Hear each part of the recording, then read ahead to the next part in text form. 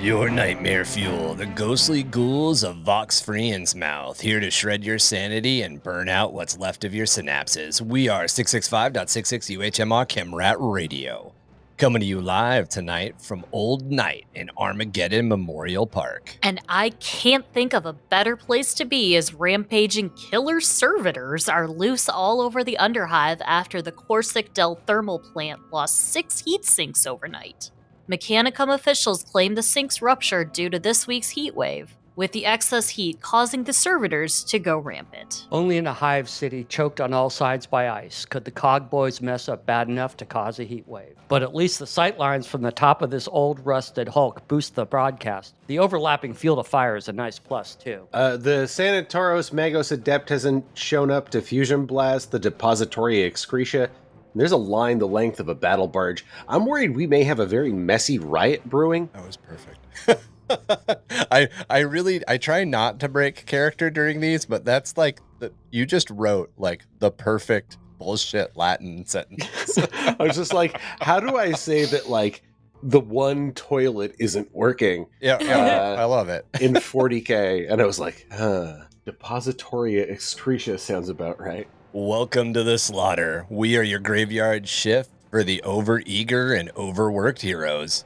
I am your chain-fisted maniac equipped with a boomstick Goblin King. As always, I'm joined from the depths of darkness by the Banshee Queen and Supreme Final Girl herself, Emmy. Couldn't this heat wave thing have just been a Vox transmission? Our ghoulish collector of all things passed into the next world. Don't worry, we never let him read from the book he found that's bound in human flesh.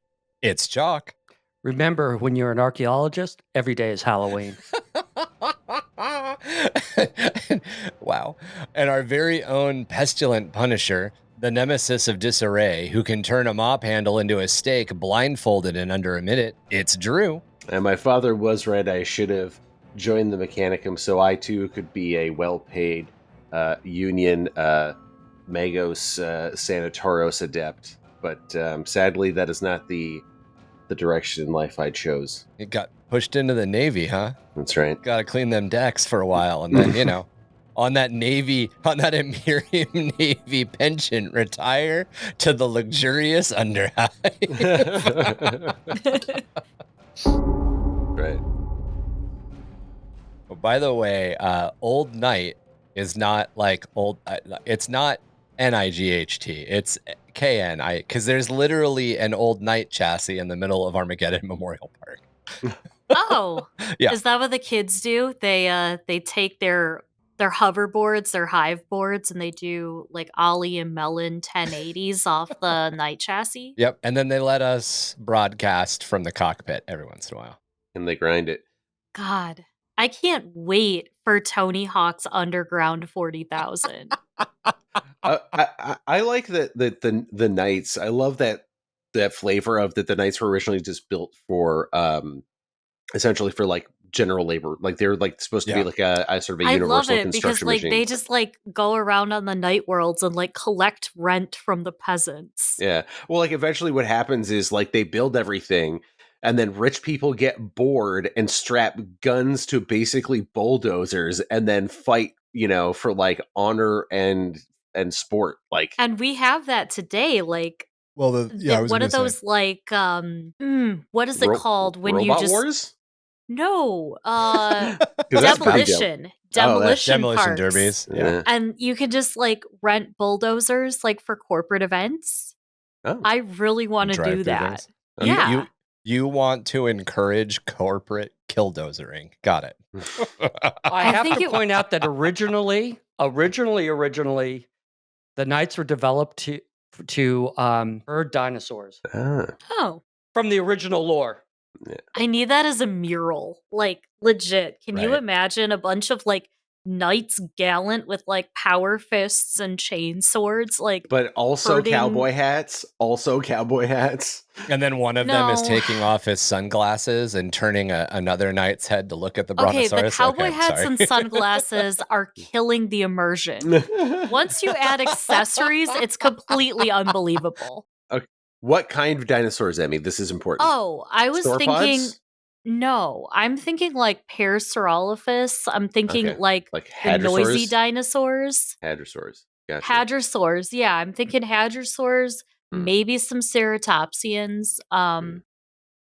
But I also think I'd like to throw, depending on the geologic time, whatever apex carnivore is like the predator at the time, whether we're going Campanian, Maastrichtian, or like maybe earlier in the Cretaceous. I This is don't probably know. like Like- the most education that's ever been in our mandatory podcast. Fuck Like- around time. But anyways, Carnotaurus. whatever the appropriate apex predator is, I could even go back to the Jurassic. We could have Stegosaurus and Allosaurus. Very Mhm. fun. Mm-hmm. I Not- love that you know all of the names, but never in my life have I felt more like the dude in the second Jurassic Park that's like looking through and he's like the Gallus significant. Fuck it, Friar Tuck. Go after Friar Tuck. Oh, the guy with the pompadour. Yeah. So, we could go back to like the, upper Jurassic of Gondwana land, throw Kentrosaurus in there. Whatever it is, I need whatever the apex carnivore at the time is to be having a showdown with a Knight Castellan, with a maybe dual wielding chain swords instead of doing like the Melta or the las gun. And I think if both parties involved in this conflict are shooting laser beams out of their eyes, like again, the Like cowboy Kano hats from and the Mortal sunglasses Kombat. are silly, but like but I laser feel beams. like Okay. I feel like the laser beams is appropriate. Like that's tasteful. What about the Devil Soar from not Warhammer 40K? Wow, from World of Warcraft, fighting a knight. Mm. The devil. Do you remember the Devil Soars? I mean, like for a fantasy Which T-Rex, they're campaign pretty was cool. that in It's Warcraft? vanilla. It's Vanilla. Okay, I haven't played vanilla. I started hell's with the Wrath of the crater Lich called? King. Ungrowtha Crater. Yeah, Mhm. they're cool Ungrowtha. looking. They're cool looking. Yeah. Well, guys, welcome to Under the Hive of Madness, episode 128, Classic Monsters and 40K. However, before we jump into our episode, you can go over to patreon.com/Under the Hive of Madness right now and watch us in all of our glory doing the podcast. Not only can you see our beautiful faces and hear all of our blunders because we don't edit a lot of them out, but you can also see whatever images that we're pulling up that are related to the episode. And there's some other cool stuff over on Patreon as well. So yeah, go check it out. Go join right now. Sometimes there's feet. That's true. All right. So we've given you like a minute or two to join. So hopefully you've joined and you're now watching the video portion. Oh, is this a devil? Yeah. Okay. I'm opening this. That mandatory show Emmy a devil sore. Okay, yeah. That's Very, fun. very fantasy T-Rex. There's not a lot of reality going in there.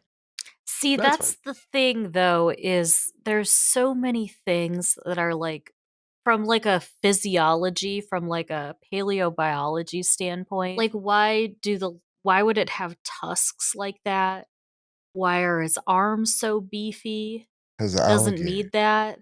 I think in that case, it's the Why is it such a proportions. tail dragger? Like it's just the It is too posture's wrong. upright. The posture is very. It's wrong. too upright. And anyways, this upsets. The spines on the back are a little odd too. Yeah, there's no point to that. See whether or not I can't find it. So there was a comic called Devil Dinosaur. Three Panel. Maybe it wasn't Three Panel Soul. I like Devil Dinosaur better. Devil Dinosaurs. Moon Girl and Devil Dinosaur. There's a comic that I want to say was Three Panel Soul, but it may not have been Three Panel Soul. And it was basically a devil soar like stomping through the forest. And Mhm. one of the other characters being like, I can't remember what the other character was saying, but the other character is like sneaking around or whatever. And the devil soar's mouth is open and it's like it's roaring, but it's like speech bubble just says, "Dang, I'm huge." And it always made me laugh really hard. Anyway, so for our purposes with this episode, we are going to stick to the classic Americana movie monsters, the ones that were made famous starting before the talkies in the black and white movie era. While this might not seem like it's a complete and comprehensive list of movie monsters, as these are all universal monsters, this wasn't there really wasn't a lot of game in town when it came to movies back then. So they're the classic movie monsters and they're also the classic universal monsters.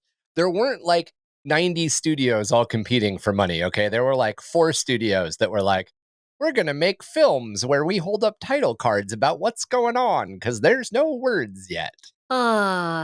Because of that, today, a lot of these are considered icons in this specific genre, even if they were all spawned from the same studio. So, like, in general, when we talk about a lot of different stuff and we talk about inspiration, we talk about inspiration coming from a very wide net. In this particular case, Universal made all of these films, and they're the classic Universal monsters because there weren't other monsters yet. The like cultural zeitgeist of like horror films came out of this studio, and it grew, but it grew in like the 40s and 50s. It did not grow in the 1920s. I will say that like there are direct influences from other works. I mean, Dracula, the most obvious one, is going to be Nosferatu. Almost all of these are based on books. Yeah. Yeah. Nosferatu, the German expressionist film. But then, broadly speaking, Nosferatu and German expressionism inform a lot of the style of these movies in general. So like they're not monoliths. They certainly have a lot of influence from a lot of other people. But then came along at the exact right time in the right place to be locked in as sort of considered sort of like the I don't know, the basis of these characters, like these sort of like right collision of cultural moments and events and the art developing, that these became the default setting, so to speak, for each of these characters and telling these stories. If you go to Spirit Halloween right now, you're going to find all of these. Yeah.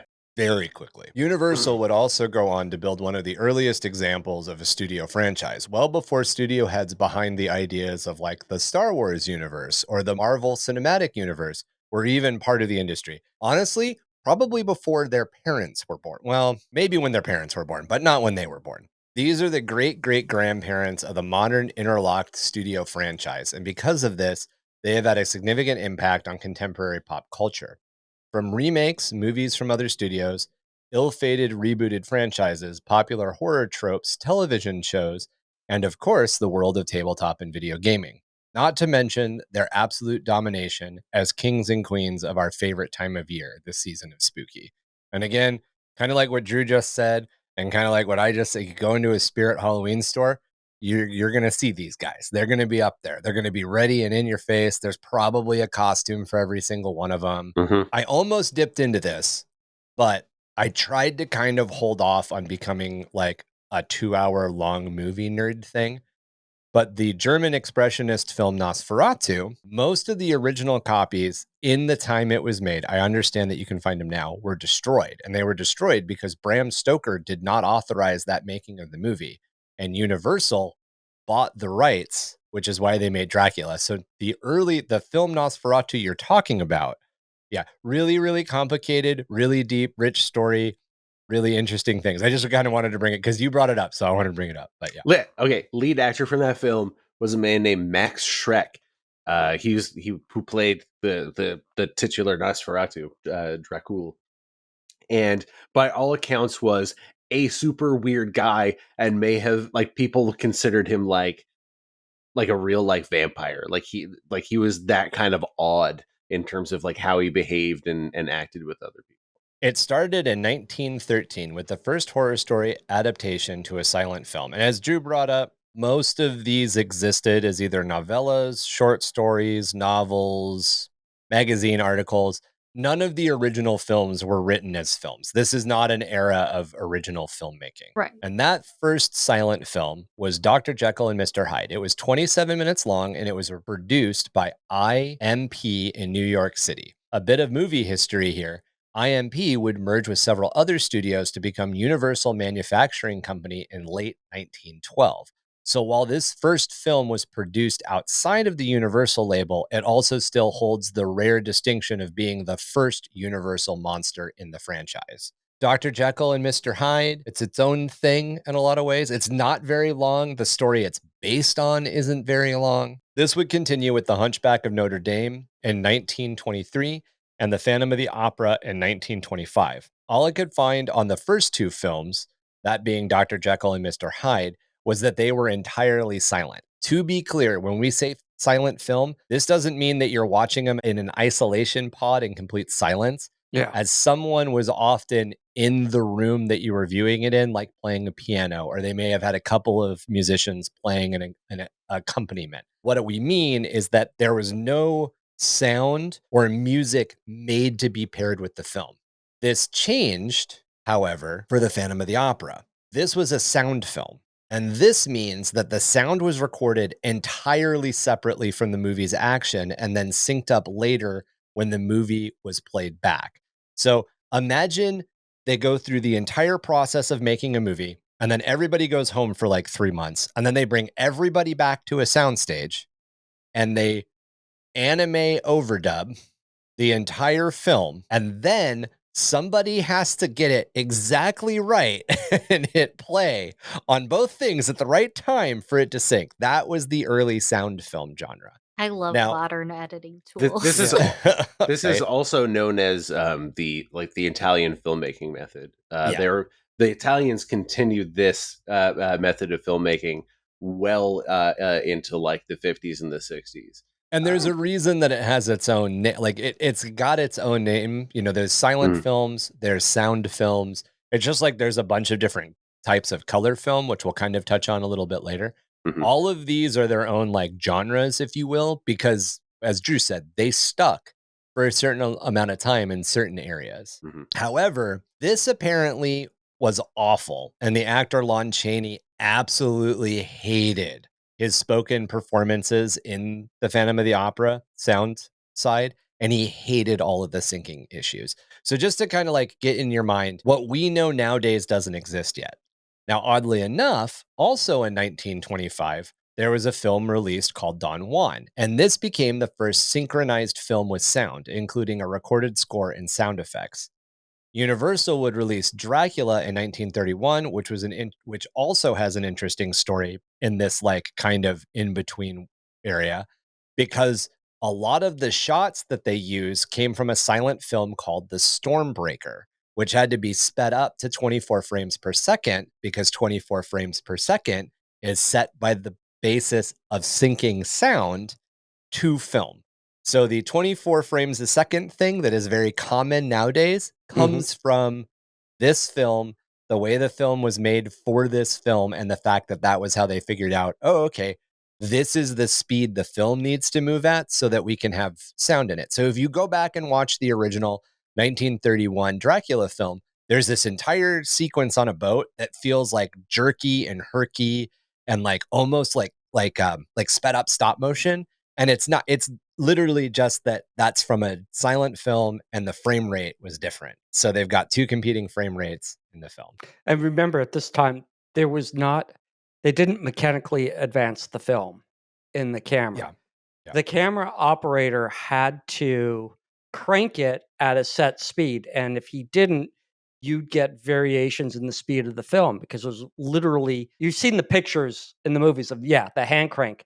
Every time that basically every time it goes around once, a certain number of frames are being taken. And so if you don't keep it steady, the frame rate varies when you're playing it back. And that's the technology that the film Don Juan essentially introduced, was like your speed was no longer determining the advance. Like you were, think of it like it's a transfer gear.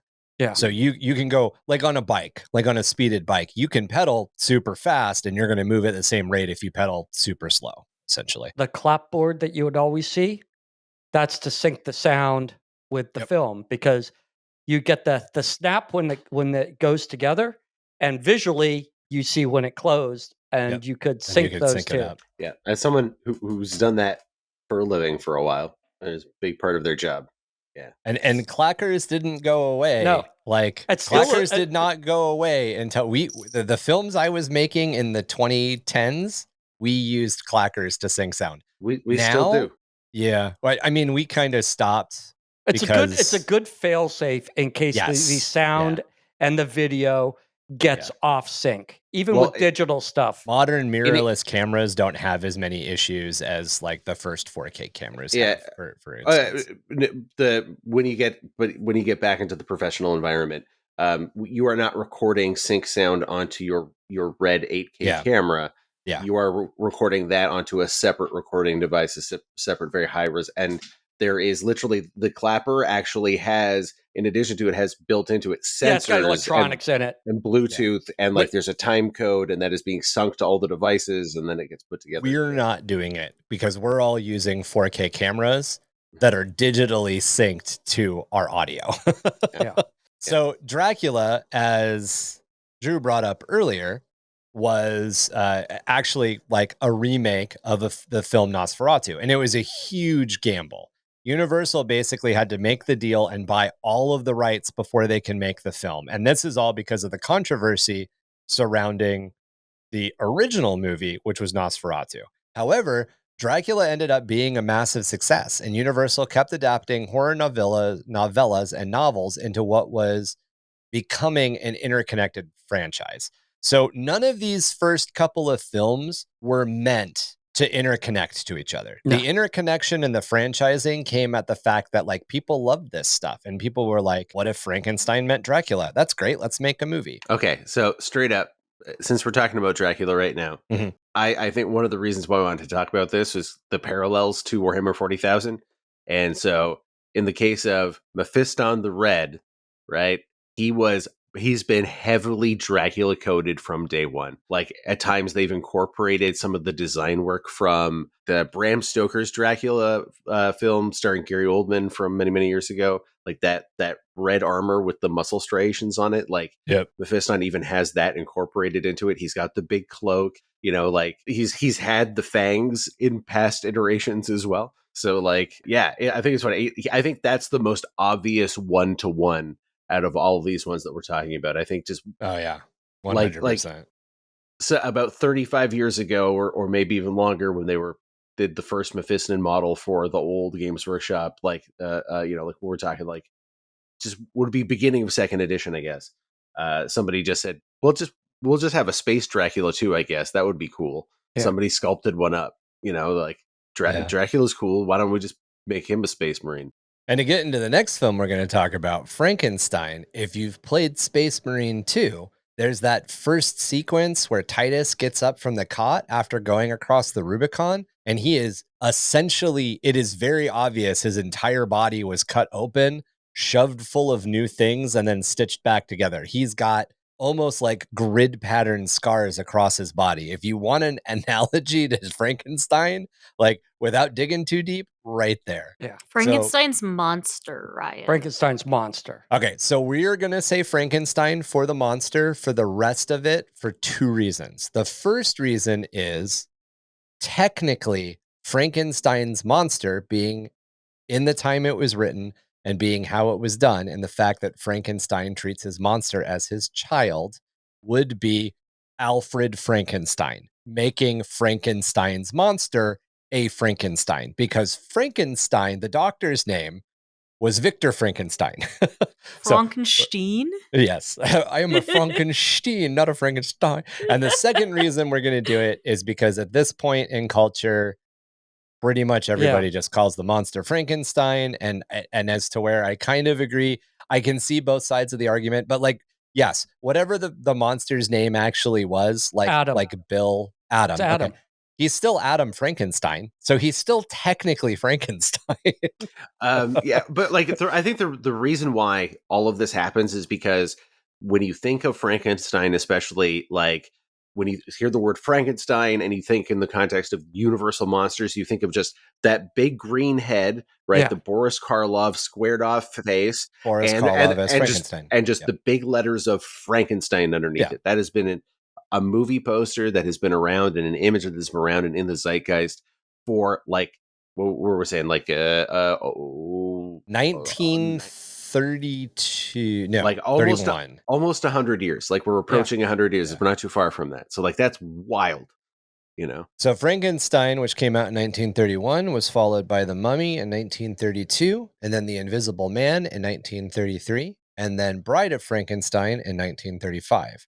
This is where the horror movie industry hit its first slump, with movies like The Werewolf of London and Dracula's Daughter not performing as well, and this wouldn't be broken until Son of Frankenstein in 1939. And The Wolfman, our last little chunk here, the replacement of Werewolf in London, came out in 1941. The franchise also included a lot of crossovers that weren't based on any pre-existing work, films such as Frankenstein Meets the Wolfman in 1943, and this era also saw some of the first remakes inside the franchise, with Phantom of the Opera being remade in 1943.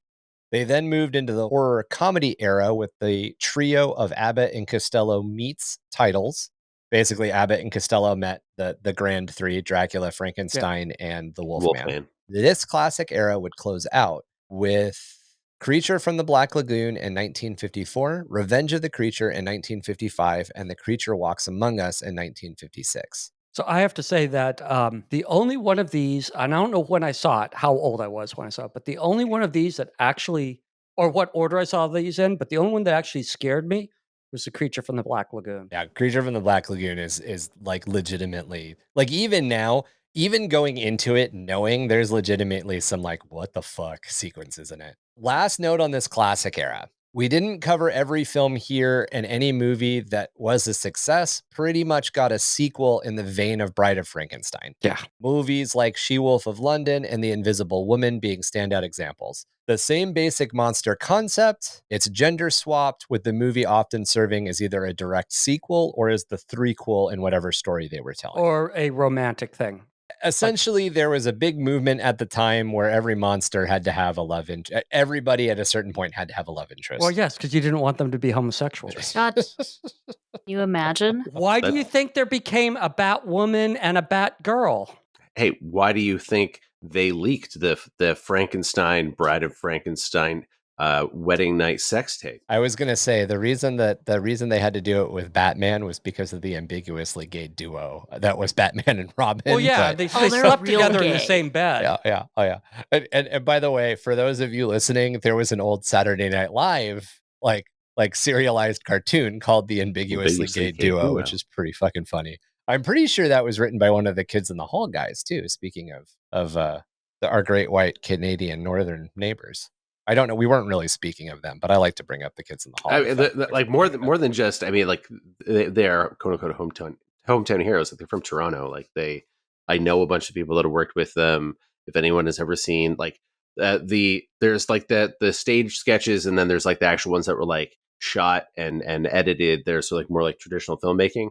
Yeah. Those ones, most of them were directed by my one of my film professors in film that's school. awesome. So, yeah. It was actually one of my favorite like Comedy Central like shows when I was younger, which Very probably dates me because that Kids in the Hall is no longer on air anywhere.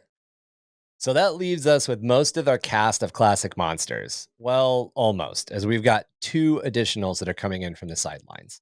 In 1939, a little old film almost no one has ever heard of or even seen called The Wizard of Oz was released. To clear up the rumors, this was not the first color film. That title actually goes to The World, the Flesh, and the Devil, which used the cinema color method, cinema with a K. And a little person did not kill themselves on set. That is true. to get rid of two rumors. It's a bird. What The Wizard of Oz did do, though, was use Technicolor to revolutionize how audiences viewed fantasy movies. So at this point, the whole idea of like color in fantasy movies, at least live action fantasy movies, hadn't really been done. Technicolor was brand new.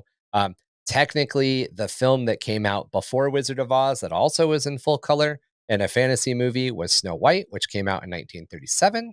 But that has the distinction as the first full color animated film. So, but just keep in mind, Wizard of Oz is not the first film. And possibly more importantly, it gave us the archetype for the classical Halloween witch.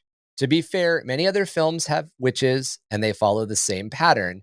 But if one witch in cinema history can say, my culture is not your costume, it's the Wicked Witch of the West. And I don't think I have to make much of an argument to support that. Yes. Okay, so are you guys versed in Oz lore at all? Yeah. We don't have. Okay. Yes. Because, like, I've read some of the books besides just The Wizard of the Oz, but Yeah, it's deep. I know in Wicked, they kind of write it off, right, as Elphaba, who is the Wicked Witch of the West. They're just like, she's green, and that's, she just came out like that, but she does not have a relationship with the people of Emerald City, right? No. No. Yeah. This is the fact that she's green and that the citizens of Emerald City also all wear green. Because like colors almost have like kind of like an orc-like thing going with like the quadlings and the munchkins. Oh no, it's very much color is very much part of the books. It's Mhm. important Yeah, to it, it's but very yeah. important. I've read Patchwork I mean, Girl of Oz. again, here we go with already relating stuff to 40K before we finish our thesis here. Another thing that's really interesting about The Wizard of Oz is they wrote the entire thing full stop. And then a couple of years later, a couple decades later, people were like, well, now we have to make all the characters relatable and we have to explore the backstory and we have to get into all that. And they started like bolting stuff on, which may not actually serve the original story. She may have been green because it looked creepy. Full stop. Oh God, the Sam Raimi Oz the Great and Powerful prequel that came out like 15 years ago. Yeah. There's some narrative explanation as to why she's green. She doesn't, because she starts off as like young and innocent, and she falls in love with the wizard, who of course we know as being just a con man played by James Franco. And That aged well. There's much Yeah, more. I was gonna say. That aged as well as baby oil. Too soon. Too soon. Mila Kunis plays the Wicked Witch of the West, and she does have like a transformation where she goes from looking like how Mila Kunis looks with her tone of skin and so to on, being like green with envy. there's a essentially. transformation. Yeah, scene, I don't think she wasn't actually green in the books. I don't recall that. It was the whole thing. Dorothy had silver shoes because they're talking, and the ruby slippers. Yes, In the but they books, were silver. silver shoes because it was talking about the silver standard, and the yellow brick road was the golden path, which was as we were getting off the gold standard and all that sort of stuff.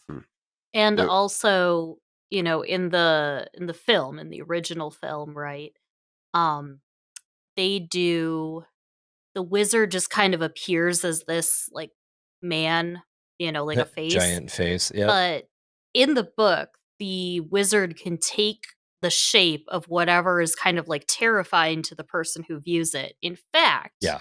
you know who gets it absolutely bang on, way truer to the book, is the early 2000s Muppet version where Ashanti is Dorothy. The number of times that the Muppets get horror better than, or not horror, but like horrible idea, like scary. The number of times the Muppets get scary right over the original content is mind blowing. Like, what is Gonzo's chicken girlfriend's name? Oh man, I can't remember. Oh, Henrietta. Is it Henrietta? Yeah, like the wizard takes on like a very pissed off Henrietta who is like chewing out Gonzo. Yeah. He's the Tin Man in it, and it's very good. Miss Piggy is, of course, the Wicked Witch of the West, and she's fantastic. And Toto is a shrimp.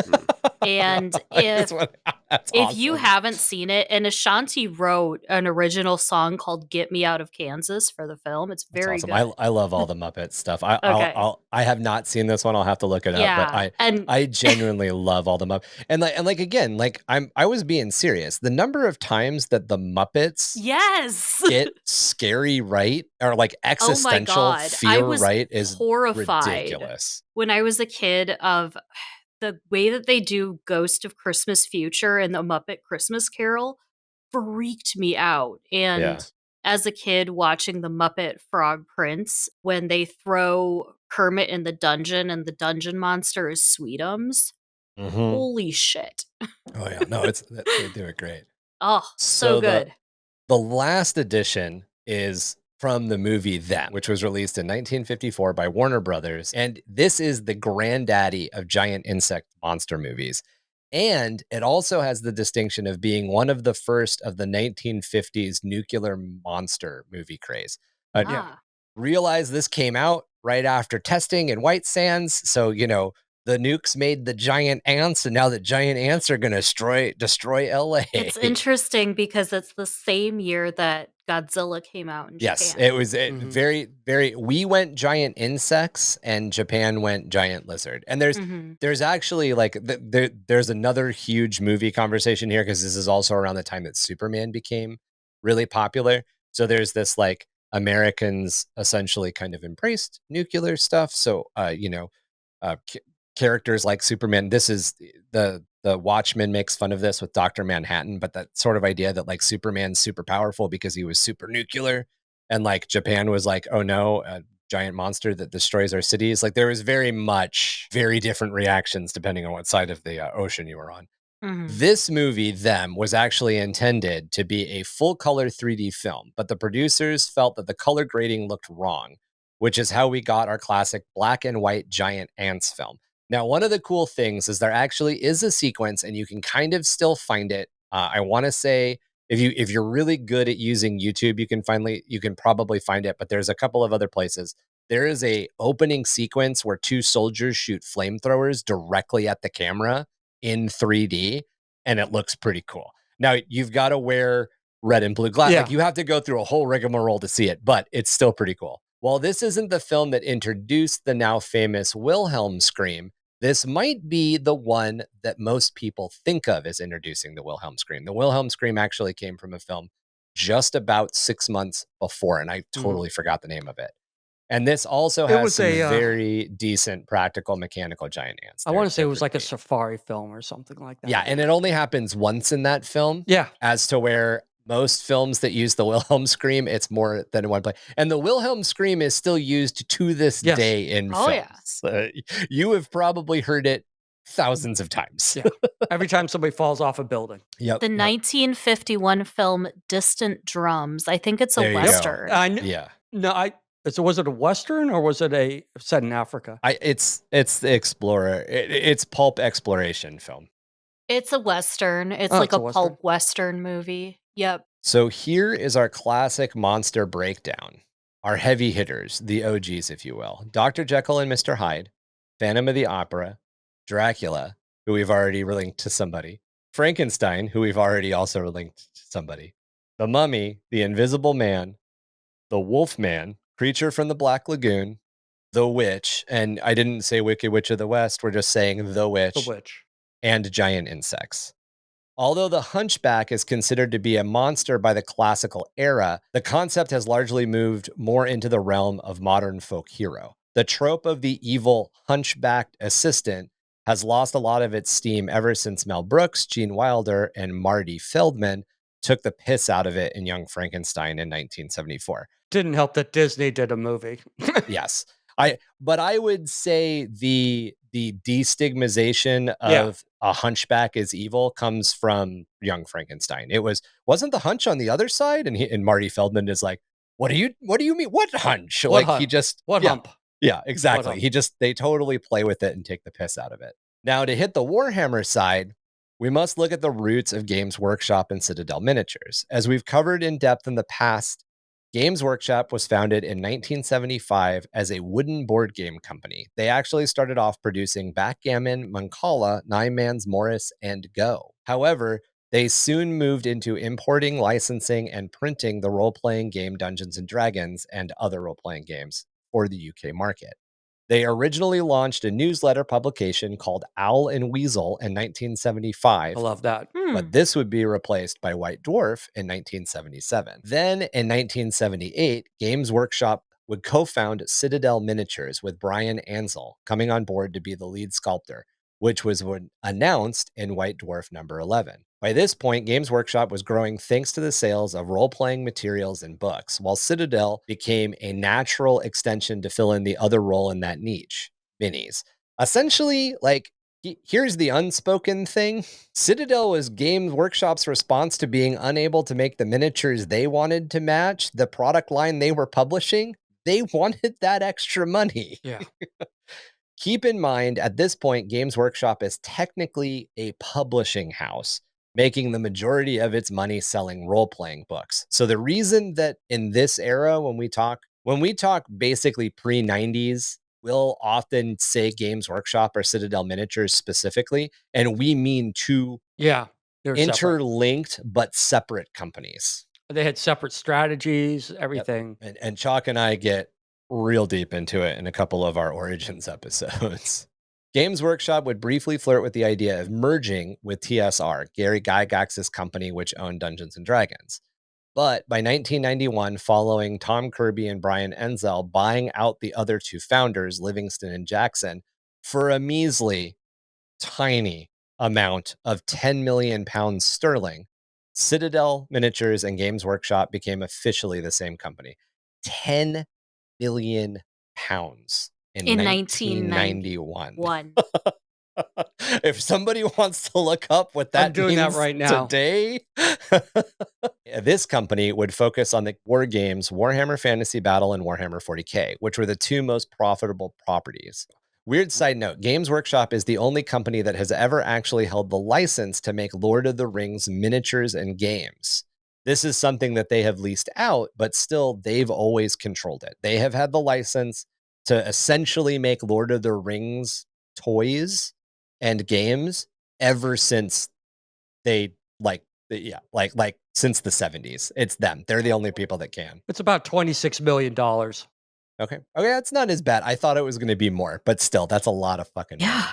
It was not a big company back then. No, it was very niche, weird stuff. Yes. The political history of like Ansel and like Ansel, Jackson and all those guys and how all of that shook out is very interesting because essentially like the company was being managed into the ground and then it was rescued and then got very corporate at that point and more regimented because they were running it like a friendship before, which is not how you run a business.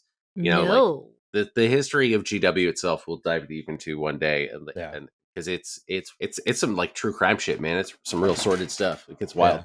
And if you want kind of a basic overview of all of it, Chac and I actually did a two-parter where we followed all of the releases from Games Workshop, and we get a little bit deeper into the 5-minute synopsis I just gave you. We don't get as deep as like a full series dedicated to it because we were looking at other topics, but it's definitely, there's a lot to mine here.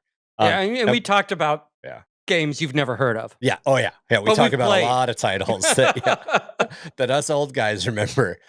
One of the funny parts about all of this is Brian Ansel essentially created Citadel Miniatures or co-founded Citadel Miniatures because the miniatures company he was working with, he absolutely hated. It was totally the fact that Citadel Miniatures, the fact that Games Workshop exists as it does today is because Brian Ansel woke up one morning and chose violence. That was it. He woke up one day, was fucking done, slammed the door, went to his friends, his buddies that did stuff similarly and was like, hey, what if we make miniatures for D&D in the UK? And they're like, hot damn, that's a great fucking idea. Yeah. Oh, it's brilliant. What? Teen cake. Our table is set. So let's take a look at what impact each of these has on the factions or characters of Warhammer 40K. And to start off in order, Dr. Jekyll and Mr. Hyde. Alfarius Omegon. Yeah. Okay. Like two sides. Even though, because that's what I was thinking because that's the thing is most of the people in the story either know of the existence of Dr. Jekyll or they know of Mr. Hyde, and for the most part they know about Dr. Jekyll. Right. And so we everything is with Alpha Legion is just alleged, but Alfarius Omegon, is it two guys in the same suit of power armor? Is it an alternative personality that speaks to Alfarius and sometimes Omegon comes out? Is Omegon a made up guy? There's so many things that you could really say about Alfarius and Omegon, but that's what I immediately by comes to true mind. lore, they actually are two people. They are, okay. Yes. It's just it's how they're two people and what does being two people mean that kind of gets muddy. That basically they're two people that share one soul is kind of the easiest way to look at it. Well, one is dead. Yes, one is. Okay. Yeah, one did not survive the heresy. Nope. Got it. But I'm with you, but I actually look at almost all of the Primarchs as being kind of Dr. Jekyll, I was Mr. about to say Hyde-ish. that. It's sort of the Yeah. Space Marines or the Primarchs as a whole. You have Yeah. the two sides, the two brothers set against each other, the good, the evil. However you want to go with that, it's sort of the Dr. Jekyll and Mr. Hyde is a duality, and the Space Marines are a duality. From Yeah. like a top-down perspective, in terms of like I think one of the heavy themes that Jekyll and Hyde play with is the concept of identity. Like, Yes. who are we and who are we to other people? And for that level, I think that's why it's like from a thematic level, it is more transposed on Alfarius and Omega, because like we play with the concept of identity, and as Emmy had mentioned earlier, right? Like, some people only know one, some people only know the other, and Right. Mhm. that is sort of like that heady, like emotional idea that they're dealing with. There is that notion of like people who feel like they do that themselves, right? I'm sure everyone experiences this, that we socialize with people in different ways. Yeah. And I know that people who are self-conscious or critical, I mean, this is sort of like the fear of, right, that you will become someone else, you'll lose control of yourself, the ego will slip away and you'll become someone else in the presence of another person, or when you're expressing another part of yourself. I've got a really quick example that I'm not going to dive into it all, but I think Dorn also kind of hits this, because Dorn has the statesman and then Dorn has the warrior, and those are two very different personalities of the same person. But the one that I want to go deeper into, or the one that I want to bring up a little bit more and see how you guys react to it, is Karn. And the reason that I pick Karn is that Karn very much has the I know I have to lead and I know I need to kill. And those are two extremely different people that battle constantly inside of him. And that's kind of what I identify Dr. Jekyll and Mr. Hyde. Like, from the interior standpoint, it's you fighting your own nature in a way, I guess, to be against what you are. Mm-hmm. It doesn't sound like you guys are arguing with me as much as I thought you would. Homeboy's got a sick hat. I love it. Yeah, he Yes. does have a sick hat. He does. That Karn definitely has a sick hat. By the way, G-Dub, since I know you listen to our podcast, the new Karn model, I know you just released a new Karn model, but still, the new Karn model's axe needs to be Primarch sized, not Karn sized, because it is the Primarch's fucking axe. Oh, yeah. Yeah. Well, it's one of two axes, but yeah. But still. All right, so next up, we've got Phantom of the Opera. And I don't have a good one for this. I don't either. Okay. I do. Okay. Okay. You go first. Fulgrim. Okay. Is like, he's like this beautiful, perfect thing, and then he turns into a horrible monster. And then he captures Sarah Brightman and holds well, her. I mean, like, in terms of like no, I'm kidding. In terms of doing like weird sex kidnapping, I get you. He does do that. Yeah. I mean, if there was somebody who did weird sex kidnapping, it's gonna be him. Like, I know that strictly speaking, like in Phantom of the Opera, isn't like a sex scene, as far as I know. Anyway, go ahead and correct me, but it's not in the Andrew You haven't Lloyd seen the Webber documentary version. on it. Okay, but yeah, like, we all know what they're implying. Like, it's that scene from It's Always Sunny. Like, when they kidnap when he kidnaps Christine and takes her, it's the implication. It's the implication. Yeah, like, because he's alone in a dark basement with her, and he did kidnap her. Like, I definitely, Fulgrim definitely has Phantom vibes.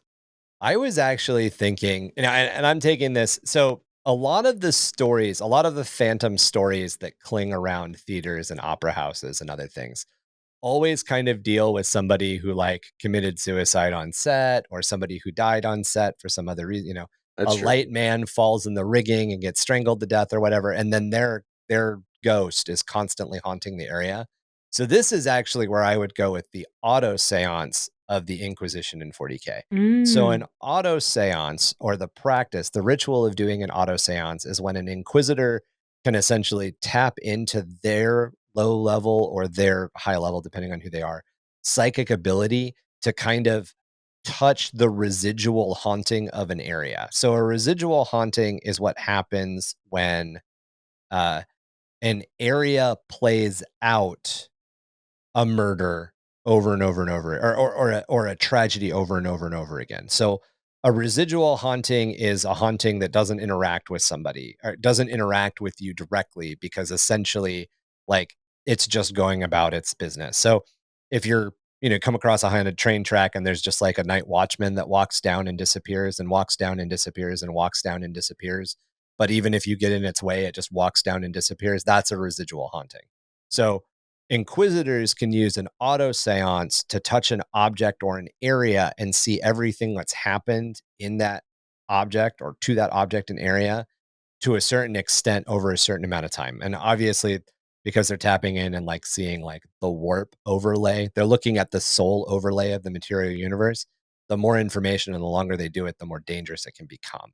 But that kind of hits me with Phantom vibes because, again, like the whole idea, even in the Phantom of the Opera, before you know that the Phantom is a real creature, it's pretty much just this like old spooky story in this old building, and no one really knows if it's true or not.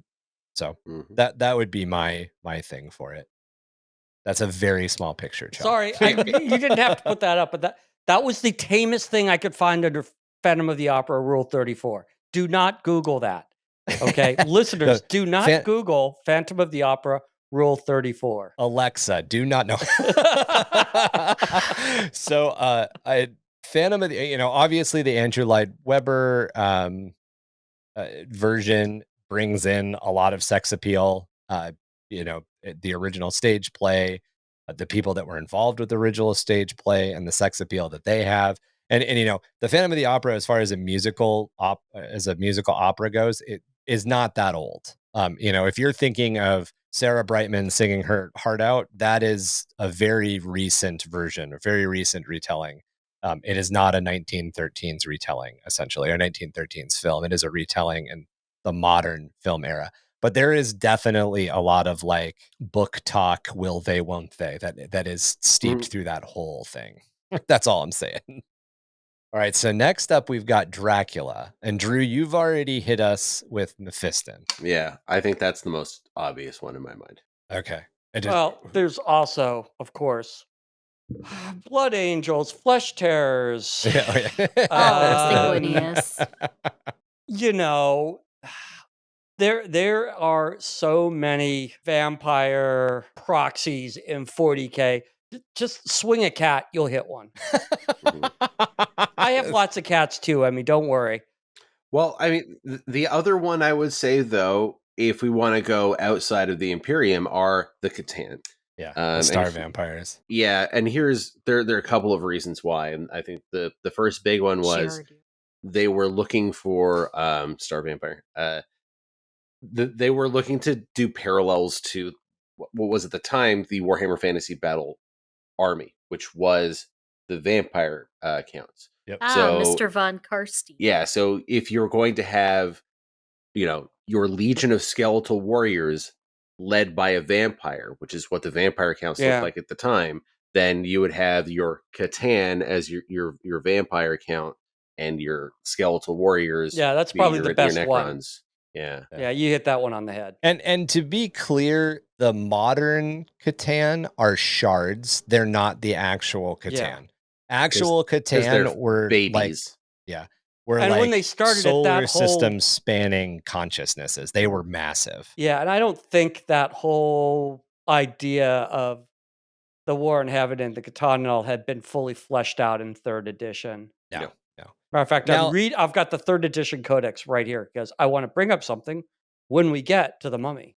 Well, the reason being is someone said hey, it seems completely unreasonable because the first iteration of Necrons, the first Necron codex, you were fielding just a star god, full stop, right? It was not a shard. At that point, it was, this is the Nightbringer, this is the Deceiver, and their stat lines were fucking bananas, and everyone was like, hey, it doesn't make any sense an actual god can be on the table. And they're like, well, they're still being contained by the necrodermis so that they can have a physical presence. Like the way they sort of but it would be like, what if Khorn showed up? Yeah, I was like, and he has to be imprisoned inside some kind of mech suit to contain his energy. It's still fucking Khorn. It's still fucking Khorn. We're not gonna don't put a god on a table. That's nuts. Here, let me just read this, which goes right to what Drew was saying. Mm-hmm. Once a proud race whose empire spanned the stars, the Necrons now exist purely to serve their omniscient masters. inescapably bound to the malignant will of the ancient deities that granted their immortality. At the vanguard of their forces are the Necron lords, their tattered shrouds flowing in an unearthly breeze as they silently compel their skeletal warriors forward. Alongside them march the eldritch monstrosities and war machines of their race, some mercurially fast and utterly lethal, some as ponderous and inescapable as death itself. Yeah, So, yes, they're undead, omniscient, godlike masters. The vampire counts. Now, to be fair, I could have done this with every single one of these so far. So I'm going to state that first because that's just a hard and fast rule. Everything on this list can be compared to the Dark Eldar. Yes. I'm just saying it. I am picking and choosing my battles and only bringing them up twice. I was going to bring them up for Frankenstein with okay. homunculi. I'll let you bring them up for Frankenstein. Frankenstein. I was going to suggest, again, there's also some parallels between them and, I mean, we missed it. Guys, we missed it. Fan of the Opera. Harlequins. Yeah, actually, that's a good point. That's a really good point. Literally. So to compare Dracula to the Drukhari, the Dark Eldar. So the Eldar follow the paths to save their soul from Slaanesh, from She Who Thirsts. The Dark Eldar slowly feed their souls to Slaanesh and replenish their soul loss by drinking the souls of their victims. The Dark Eldar are literally vampiring people. The entire race. They're soul vampires. At the same time, Dr. Jekyll and Mr. Hyde, Dark Eldar love combat drugs, Phantom of the Opera, Dark Eldar like to hide their faces. I could just do this for every single one, but I only wanted to bring them up twice. I was going to do Dracula and Frankenstein.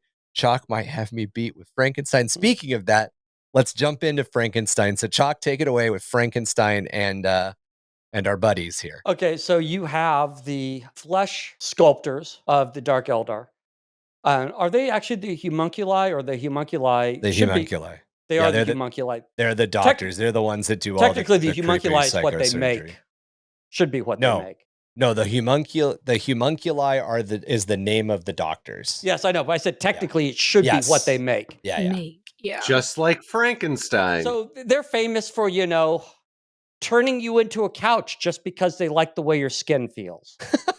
They remember the Dark Eldar live off of your misery and pain and fear. Matter of fact, you can feed a Dark Eldar.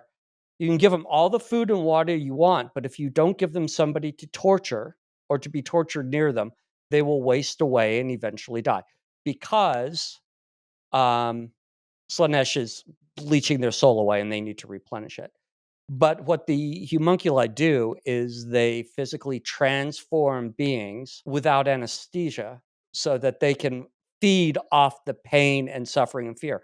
But at the same time, they create monsters.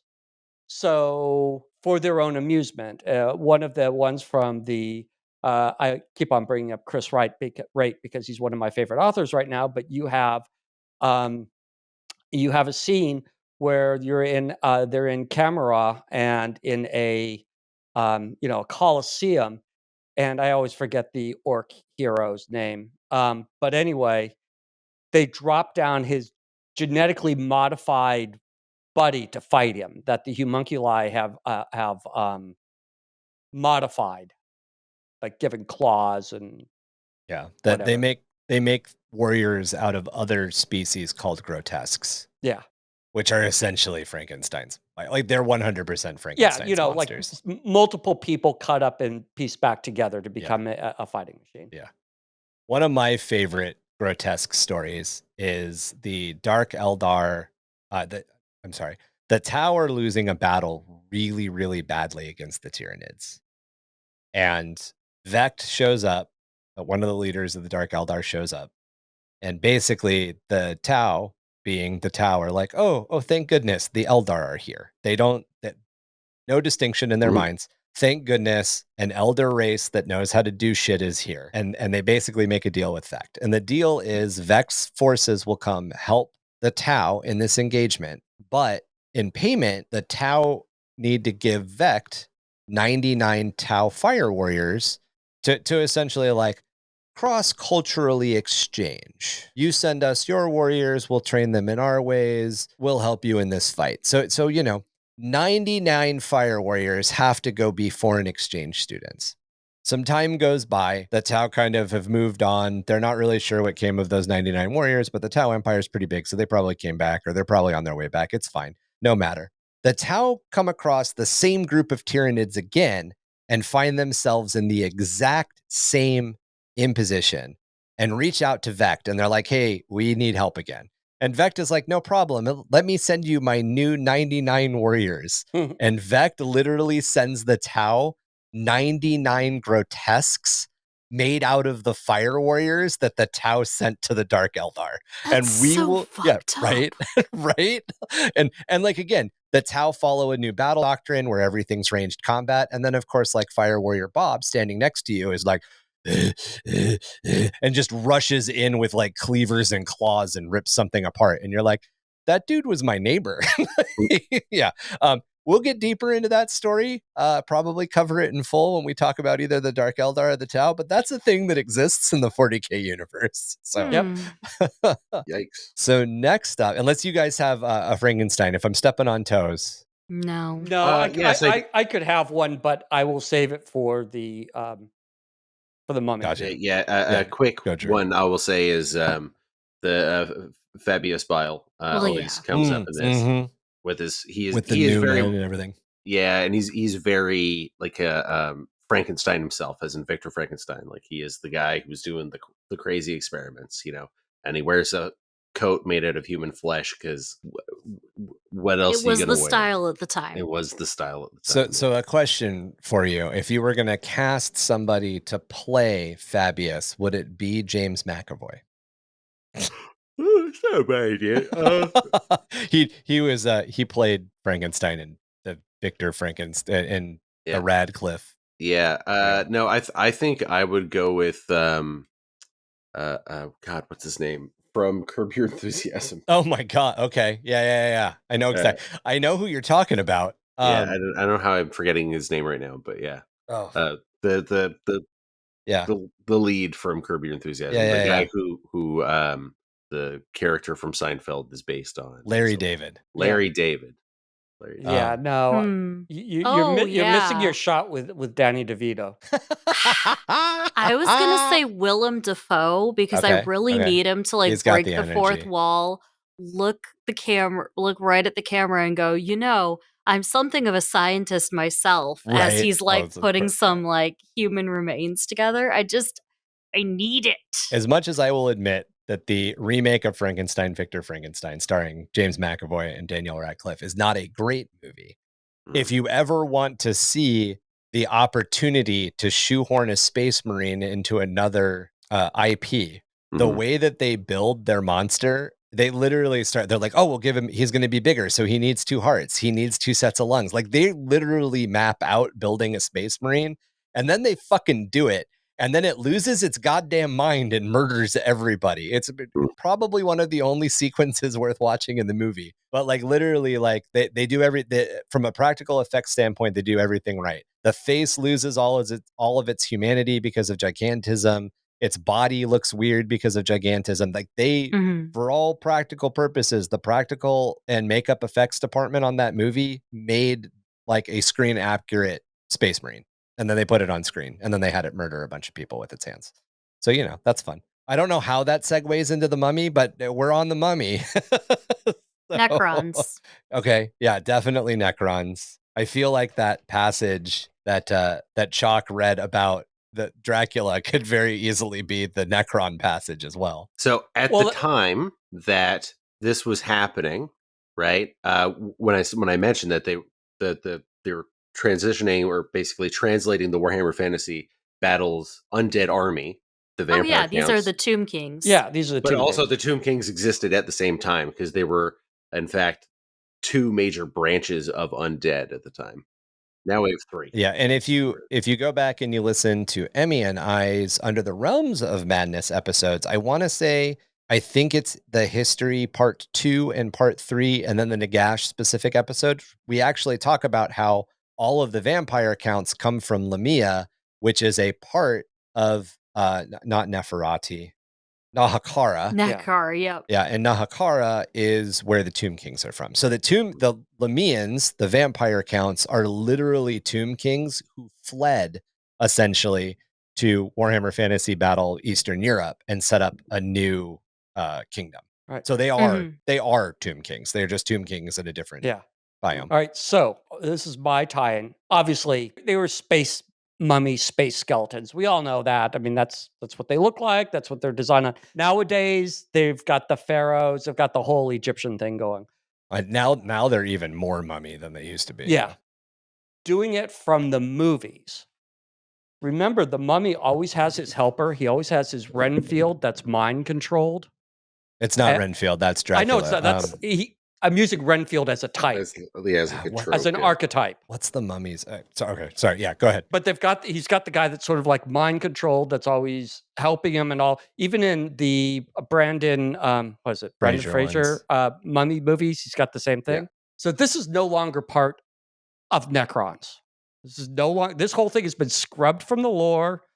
It's if you haven't played Necrons, unless you've been doing it from 3rd edition, you have no idea about what I'm about to say. I have so many 2nd and 3rd edition Necron. Anyway, keep going. Crafted from a terrible symbiosis of Necron technology and human evolution. Oh, the pariahs. Pariahs represent the next phase of the Satan's ideal for the galaxy. Resembling artificial beings of soulless perfection, pariahs radiate a sense of palpable menace and horror to those around them, blotting out psychic emanations by infusing those nearby with a sense of their own mortality. Pariahs embody the ultimate horror of the Necron threat. So nowadays, we've got Blackstone that's supposed to nullify the war. I think this is just postulating, but I think they're coming back to this because of all of the Pariah Nexus stuff. They might be. But so at this time, this is actually, it's never said how it happens, but basically, they've taken human pariahs and melded them with Necrons to give a human Necron hybrid. I don't think it's ever explained. It is. They steal the pariah gene from like specifically back when this existed and was in canon. The assassin, was it this Caluxus?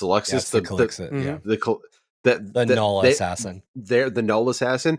Specifically, they engineered it essentially and manipulated humans into developing the pariah gene for the assassins, and then stole it. Like that's what the Deceiver did. Like specifically, like the Deceiver, that was his whole plan, and had been working on it for like thousands of years. Where did they come out with that? Because I haven't been able to find that little bit of lore. This was from this is definitely Dwarf? 3rd. It's got to be something like that. I can't remember. Because I've looked at all the codexes of it going up until 3rd, when it was the last time they had it, and they don't say how it came about. They just say it's there. They also never said that it went away. They just stopped talking about it. Well, they never say things go away. They just don't. Yeah. It's just not a unit you can field anymore. Yeah, well, they just put it anything on that specifically contradicts its existence. Whereas they have done that still exists. Yeah. So, like, pariahs are still out there. Like, pariahs are still a thing. Like, that's been a part of the like the Sisters of Silence. No, the pariahs. Human pariahs, but not Necron pariahs. That's what I mean. We still refer to them. There's nothing to say that Necrons don't have pariahs, right? You know what I mean? Like there's and I think with all the pariah next, it's heavily hinting to the fact that at some point we're going to see something back with the pariahs come back. But yeah, it's literally one of those things where I think G-Dubs never officially come out and said anything, but man, do us lore guys like to argue as to whether or not pariahs are still a thing. Well, obviously it hasn't gone away because GW never takes anything away. They just stop talking about it so they can bring it back at a future time. Yeah, if it makes sense. Yeah. So the next one's a little bit weird. It's the Invisible Man, and I'm not sure I can think of anything that fits it except for the way that nulls, we just talked about pariah, but the way that nulls are kind of described. So nulls are so blank and like reductive to your entire personality that your eyes slide off of them. So even though they're there, you don't really see them. They're just kind of a blur in the room with you. In The kind of thing that, Be'lakor- like, I was going to say in the is it Be'lakor books? The demon? No, not Be'lakor. Beckwin. Yeah. In the Beckwin books, she talks about if she doesn't have her little nullifier turned on that cancels out her powers, people don't see her. Yeah, she Mhm. can't. They don't yeah. acknowledge that she's there. Yeah. Like they won't run into her. It's not like she's invisible, but they'll just like walk around her or open spaces for her, but they won't know that she's there to like interact with her. There's like stuff that's also just suggests that like that people's memory of them is sort of like erased in real time almost. Like Yes, there's things yeah. where like people come and like they'll say like they'll have a conversation like, you know, there's a guy selling like soup at a thing, and a person comes over and orders some soup and then leaves, and then like 2 seconds later a cop comes over and says, "Hey, who is that you just served the soup to?" And they went, I haven't served any soup Yeah. to anyone. What are you talking Yeah. about? It's the story about the most powerful X-Men. We have to go to comic books. The most Yeah. powerful X-Men is the one whose power is that nobody can remember him. Man, what a power that would be. If I could selectively turn it on or off. Exactly. And so Charles Xavier actually has programmed like Cerebro to remind him that this guy exists every 15 minutes. Because you'll be like, Wolverine will go into the kitchen and go, "Who are you?" As the guy's fixing a sandwich, and he'll explain the whole thing to Wolverine, and Wolverine will go, "Oh," and turn away to get a glass, and turn back and go, "Who are you?" And Right. that's sort of Mhm. how the nulls are. You know that they're there, like you won't try to walk through them, but you don't see them. Yeah, Mhm. yeah. They exist without existing. As to where the Mhm. Invisible Man definitely has a little bit more like reptile from Mortal Kombat energy, where like he can Yeah. hit you, he can drag you down. If you watch the remake, he can absolutely terrorize that Scientology lady that's in all those movies about how religions and cults are bad, which is really weird to me. But we're not going to get into that at all. But there doesn't have to be a 40K version of all of these things. But like, how does it? Yeah, and this is definitely the one that doesn't quite fit. It kind of fits all What over about without. Eldar. the Y'all forget Thousand Eldar. Sons? That was Eldar. maybe. The Thousand Sons are just That's there. Ghost. If there wasn't art, well, We were thinking Ghost for the Thousand Sons. that's true. Yeah. They're not invisible. The Eldar, there is a I'm trying to remember which one it is. I think maybe it's the Striking Scorpions. One of They've got the cloaking field. They've got the cloaking Mhm. field where they literally turn invisible. Yeah. But to be fair, the Invisible Man has not become as much of a sort of like ingrained trope, especially as the big No. three. No, it definitely is not up there with the others. Same with like this is why we're also reaching a little with Phantom, right? Like these have not Mhm. been Yeah. as sort of like universal tropes. They're not in the forefront of the consciousness the same way. Yeah. Whereas, like, I kind of feel like the holy triumvirate of monsters is Dracula, the Wolfman, And Frankenstein. and Frankenstein's monster. Or If we had to, Frankenstein. if we had to Frankie. break it down to the big four, Mhm. it's And actually, I would say big five. Witch is that's why we added her. Witch is definitely there too. Yeah. So next up is the Wolfman, and the obvious, the low hanging fruit are the Space Wolves. And the Wolfen. because they turn into wolves. Yeah. And then they get hunted down by their brothers and worn as cloaks. And then ridden as wolves because there are no Yeah. wolves on Fenris. Oh my! And also skinned. They wear wolf skins, but there are no wolves on Fenris, so they're skinning their brothers. Mm-hmm. If that isn't horror, I don't know what is. Yeah, and you're right. I think that's the most obvious answer, and definitely one where they've invoked the whole like Wolfman and trope to an absurd degree, and then mixed it heavily with like Viking stuff to make it as metal as possible. And there are dog-like demons and stuff like that. You could pull up other things, but really, when it comes down to it, it's just the Space Wolves. It's the low hanging fruit. There's definitely a lot more to it, but yeah, the if you just wanted to go one for one and look at like the cover of the Wolfman and then and then any artwork of the Space Wolves, but yeah, and I was actually going to bring up the I can't remember what they're called. They're not Warpounds, I think is what they're called. Yeah, something but like that. Warhounds definitely hit that because they're kind of, their model looks like a wolf, but the way that they're described is a little bit more like a werewolf in Krenos form. Krenos form being the form between human and full wolf. It's that like hybrid looking thing.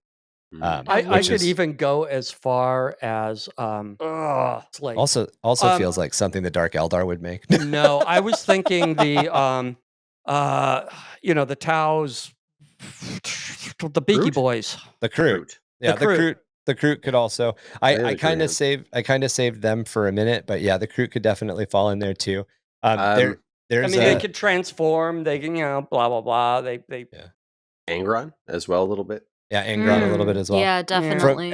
From the psychopathy range of what lycanthropy actually means, any of the incredibly murderous people, the people that are like driven to murder to like sustain themselves. Any of Angron's would fall into a Wolfman. But there's specifically in the Ghoul Stars, there is a thing called the Chthonian Fiend. Or no, it's not Chthonian. Cathal Fiend. It's something fiend. There's an alien out in the Ghoul Stars that definitely has heavy werewolf vibes. It's not Chthonian. I think it's the Kythan Fiend or the Kothith Fiend, something along those lines. And then the other thing out in the Ghoul Stars that definitely hits Wolfman territory a little bit too are the flayed ones from Oh my Necrons. God, yes. Yeah, definitely. Like insane long clawed murderers. Skinwalker. Yeah. Oh yeah. I just Googled 40K Wolfman, and guess what I got? Is some Rule 43 shit again? No. You gotta turn safe search back on, Chac. No, 40K Wolfman. It was just all space wolves. Yeah. Okay, yeah. I mean, yeah, again, unfortunately or fortunately, depending on how you look at it, I would definitely say space wolves are the low-hanging fruit there. Like, I mean, they got it so on the nose that unlike things like vampires, they don't find different flavors of it elsewhere. They kind of just stick to it. Yeah. You really have to reach to get something other than them. It just fits it so perfectly. I don't think I don't think flayed ones are that far out of bounds. And Cathor Fiend, there we go. The Cathor Fiends aren't either. The Cathor Fiends are essentially described as like the wolves from what's the Kate Beckinsale movie? Wolfen. It's Underworld. Yeah, they're basically, how the werewolves look when they're werewolves in the Underworld movie. That's how the Cathor Fiends are described. I would say flayed ones are zombies myself, but flayed ones are too intelligent to be zombies. Mm-hmm. They kind of know their prey, and they won't attack things that aren't Necron tier looking. I said the 28 days later zombies. Rage zombies. Okay, I see that. Yeah. Which is pretty horrifying, honestly. Oh yeah, flayed ones are horrifying. Next up is the creature from the Black Lagoon. Nobody say the hardest one. Kroot. In my opinion, Kroot, like hands down. Obviously Kroot aren't super aquatic, but I think they definitely hit creature from the Black Lagoon. Like even the whole idea of the creature from the Black Lagoon being this like humanoid amphibian thing that's living in the Amazon that it very much has like Kroot feel to it. The entire story has Kroot feel to it. Mm-hmm. Now I'm sure there are plenty of other things that would also match that. I don't know if you guys have any. I'm trying. This is honestly the hardest one because it's an aquatic, and there's not a lot of aquatic stuff in not in 40K. In 40K, yeah. And we've got the Ideneth Deepkin in. Would you call them creepy monsters? No, they're not creepy monsters. It's lizard men. First, it's the Slan. In Warhammer Fantasy Battle. Because when you think of like this, or like the aquatic amphibious creature, Slan, in terms of like visuals, but visuals only, really. But there's nothing that exists in 40K that's that. I honestly like the original creature from the Black Lagoon storyline is essentially this scientist finds a weird thing that they don't think should be living in the Amazon, and they go down to like poke at it. And being humans in our hubris, we poke at the thing that wants to be left alone, and it tries to kill us. So I would actually say that the lizard men, the Seraphon, are pretty direct creatures from the Black Lagoon. I mean, Yeah. Amazon, leave me alone, bro. Yeah. There is Yeah. that. But, yeah. They really do keep to themselves. They really like stars, and that's about it. Crude again, probably the only thing that fits closely. But honestly, like, creature from the Black Lagoon has enough like mutant in it too that it very easily could be like a human population on a like a absolutely wrecked ocean world where just like, or just like also just a one-off chaos spawn. exactly, all sorts of weird shit. I mean, or an entire race. There could be an entire aquatic race that the humans just haven't talked about or haven't interacted I could see with. like easily this be like some sort of like monster of the week that appears in like a chapter of some like I don't Space know, Marine novel, or like Eisenhorn novel or something. 100%. Like we go to this like backwater we go to Amazonia 4. Yeah, exactly.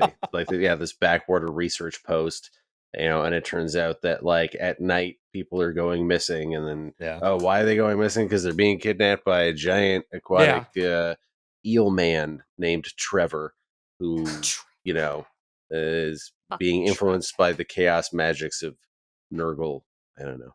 Now, if you stretch it a little bit, and the only reason I'm bringing this up is because nobody else did, but if you stretch it a little bit, you could actually make a pretty good argument for gene stealers as creatures from the Black Lagoon as well, because gene stealers are vaguely man-shaped, and they kidnap people and they influence them. And the creature in the Black Lagoon does take a fancy to the gal.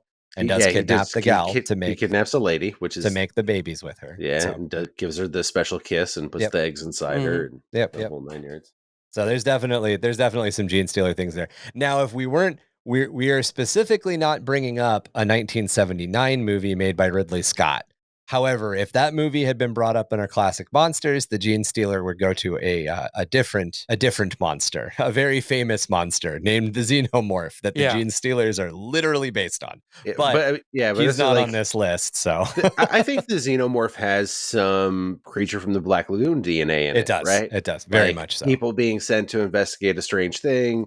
Especially by the time you get to aliens, they're literally kidnapping people and implanting them with their, they're kidnapping them to mate with them. Yeah, there's definitely correlate. Yeah. So that's the only one that's the only other thing I would bring up for creature of the Black Lagoon. If you guys are ready, how about the witch? And we're saying the witch as in any witch. Obviously, there's kind of the chaos. Okay. Yeah. And chaos, okay. Chaos I just think chaos Psykers. in general, especially the really Psyker forward chaos, like Space Marine factions, but just in general, any Psyker. Right? Like, the Sisters of Battle have like a deny the witch ability, and it's like for psychic interference and just generally that. And we're not just talking females, but we're saying witch, right? If you want to have like cool, like sort of like more like modern edgy witch, like the movie The Witch, or like the Blair Witch, I think if anything, the Yanari, the Incarn. But Yanid is the god. Any Farseer. Yeah. Farseer is definitely anything that uses the warp is a witch, including the Sisters of Battle and the Space Marines, which have the deny the witch power. I don't know if this may have been something that we brought up in a production meeting, but if it's something that we mentioned in a past episode, we had an entire conversation about how the fact that psychic powers and anti-psychic powers are the same thing, just like counterspell and spell are the same thing. Like, it's still magic. Librarians, any Psyker, the Sisters of Battle, half the Inquisition. It's not miracles. It's literally the warp. The only thing that makes it miracles is religious dogma. It's religious dogma based on essentially a deity that doesn't exist or a deity that denied its own deitism. And even if the Emperor is an actual deity, he's a warp creature who is granting powers to his followers the same way that the ruinous powers. So literally anybody who uses warp powers, the psychic phase, which is gone, anybody who went in the psychic phase is the witch. Yeah. But yeah. There you go. All right, giant insects. Unfortunately, in the entirety of Warhammer 40K, there is nothing that falls under the moniker either giant or insects. Sorry for wasting your Amble. time. Amble? I'm surprised you didn't go Tyranids, but It's Tyranids. Tyranids aren't insects. they're reptilian crabs, I know, but still, they look like giant bugs. I prefer Amble. Yeah, Amble is a good one. Amble is a Also good one. known Also, as like, the very- Umber Hulk from Yeah, very- D&D. Yes. Very Necromunda relevant. The Amble. Yeah. Besides, the Tyranids don't exist. That's right. Name me one person that's encountered the Tyranids and can come forward with a witness statement. Very Inquisitor Cryptman of you. I'm sorry. This is an Umber Hulk. This is newer artwork of an Umber Hulk. But I want you to look at the Umber Hulk. Now these guys have super big claws and they punch really hard in D&D because they shove their claws full of gold. Now let's look at an Amble. Sorry if you're only a listener. We are pulling up images. Okay, if you're just a listener and you want to be involved, our Patreon. Go to our Patreon and look up, Google search an Amble and then Google search an Umber Hulk. And do it in two different tabs so you can put them side by side. You can put them side by side. This is one of the biggest examples of a D&D miniature was created by Citadel Miniatures. Yep, and they reused it. And then it got reused in 40K. The Umber Hulk and the Amble almost look exactly the same. And remember, the Amble dates back to before Rogue Trader. Yeah, it was one of the first creatures. Because they had a bunch of these sculpts of Umber Hulks, and we're like, whoa, what are we going to do with this? What are we going to do with these guys? Yeah. Just like they had a whole bunch of Judge Dredd sculpts. That became our bites. Yeah. And Slan, Slod became Slan.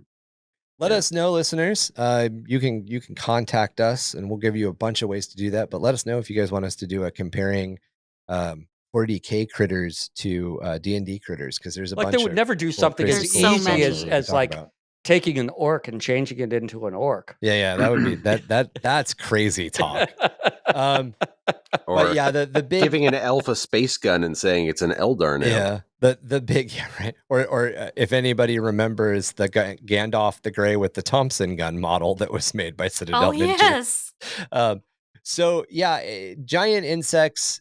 Obviously, the reptile crabs, because everything eventually becomes crab meme. Carcinification. Yeah, which actually only happens to crustaceans, but still, that fits with Tyranids way better. I mean, lizard crabs is pretty much a much better way of saying what the Tyranids are.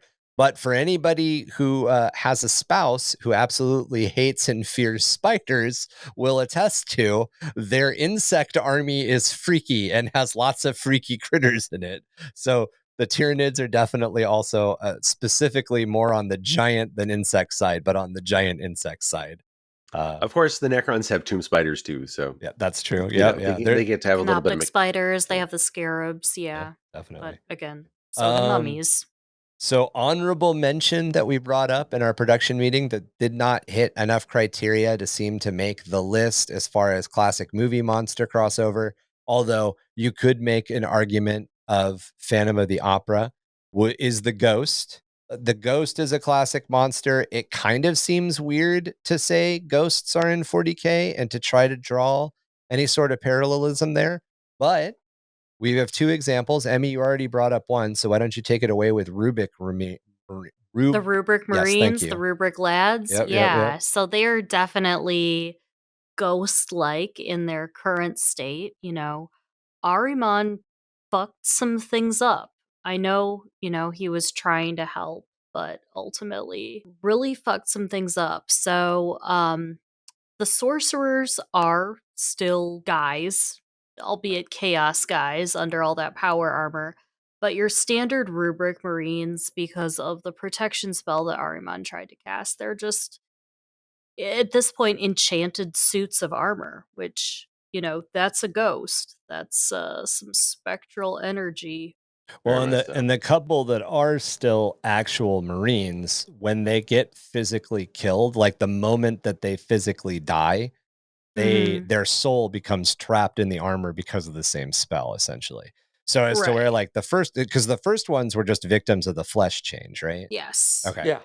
Yeah, but the ones who survived the flesh change only to die in the heresy or into future wars do not escape the fate of their brothers who originally died. They get kind of added to the pile. Right. But yeah, when they did the rubric, only the Psykers were the only ones who weren't changed amongst all of them. So, Right.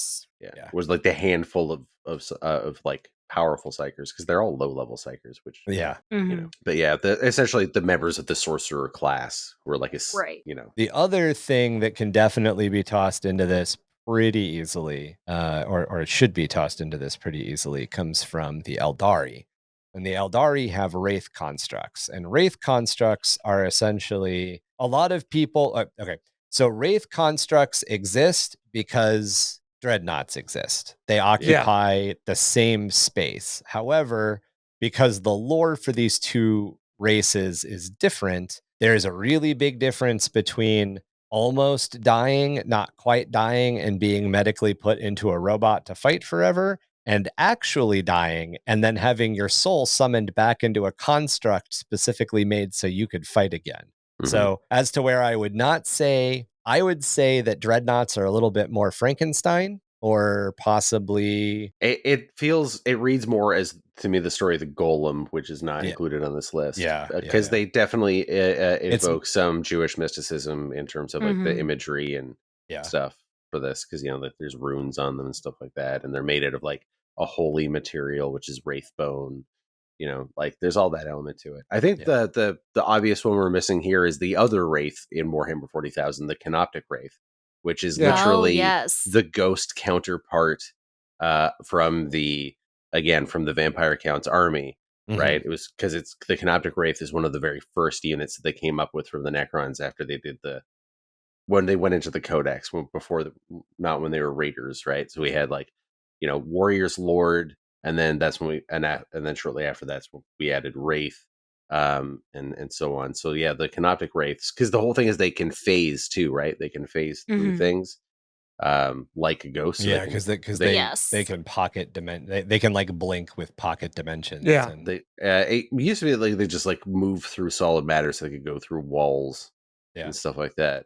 Yeah, there's if you go back to one of the Kane books, he talks about the Necrons are just walking through the walls in these ice caverns. Yeah. Well, and so the interesting thing, and this conversation comes up fairly regularly, so even though it's not part of our original scope for this episode, it's fair to close on it, is the Necron tier, and by extension, the Necrons, are masters of the material universe. All of their technology breaks physics in the material. They do not use the warp at all. Yeah. The old ones were masters of the material universe and the immaterium. The old ones had mastery over the material universe and the warp. Every other race in 40K can kind of badly use the warp, with the exception of the Eldar, who you can say, at least passed a correspondence course in how to use the warp. And that's kind of the way that you got to look at everything. Every single time an argument between two players erupts at your local gaming store or in your community or whatever, that like the Sisters of Battle don't use the warp or blah, blah, blah, blah, blah, blah, blah, just confidently remind them that the only faction that doesn't use the warp are the Necrons, and they're wrong. Yeah. So, and technically the Tyranids only use the warp because their prey is using the warp. They don't use the warp because they want it. The Eldar don't. They're kind of driven to use it. Well, the Eldar inherently use the warp because the entire race is inherently psychic. Yeah. Yeah.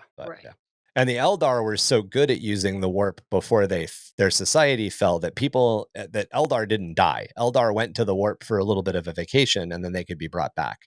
But like the craft worlds, they used to be capable of warp travel, but no longer, because if they go into the warp, that's bad. It's game over for them. Yeah.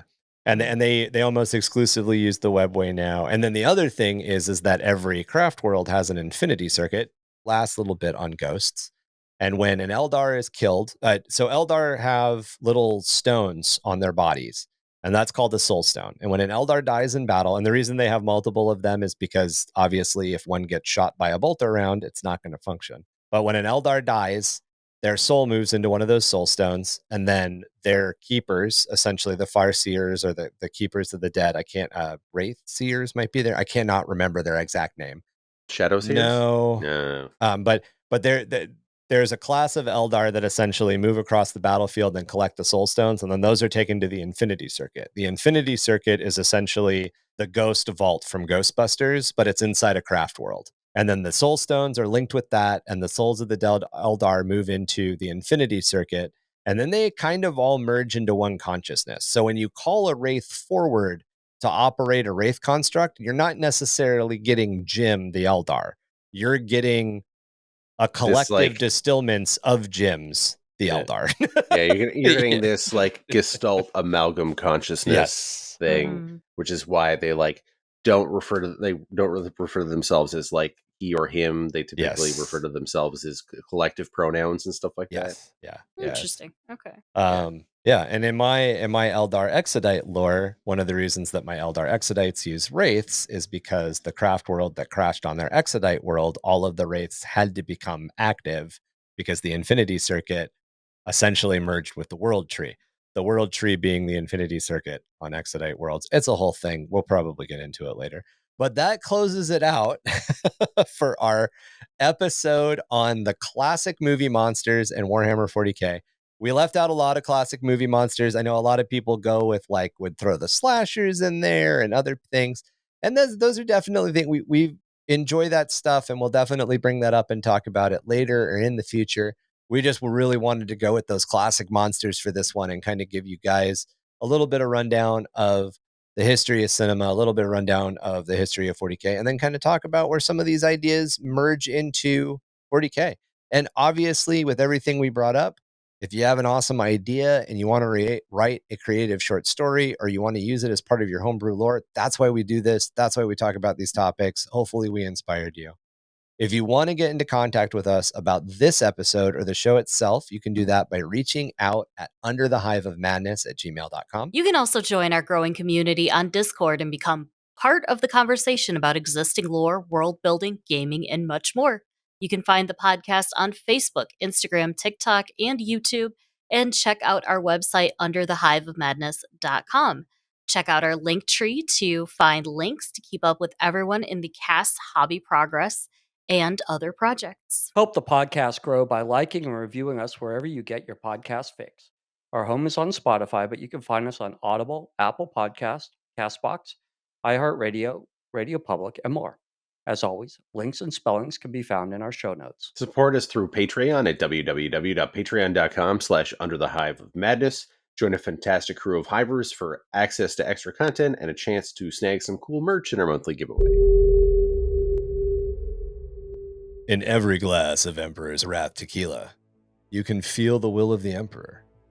Crafted with the finest in Deathworld agave, hand-harvested from the highlands of Exios 3, this is no ordinary tequila.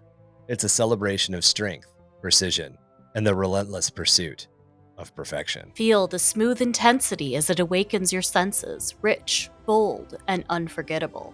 Whether enjoyed neat, on the rocks, or in a crafted cocktail, Emperor's Wrath doesn't just elevate your drink, it commands respect.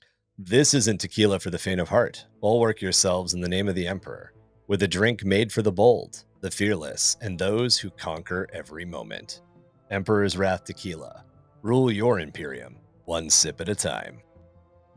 We are the ravenous barbarians at the gate, ready to spread discord and truth wherever the Imperium will let us. 665.66 UHMR Chemrat Radio. Reminding all of you Chemrats, Hive Mice, and Sump Ghoulies to keep those dials fixed right here, same ratty frequency, for a dose of the same ratty-ass attitude. And remember, kiddies, knowing where one four-armed emperor is better than knowing where it isn't. And read a fucking book. I was like, there has to be a way to do one in the hand is better than two in the bush, but I cannot figure it out. It's driving me nuts. Perfect. Love it. And brush and floss your goddamn teeth. Especially if you're a gene stealer, because you got all those extra. Like a shark. If you're doing some gardening and you find a rolled up carpet buried 4 feet down in your garden, please remember to call the police. Turns out it was nothing. I know. The cadaver dog indicated twice. There's gotta be some remains out there. There's more to this. You and I definitely- both know the Oh my cadaver God. dogs are bunk science.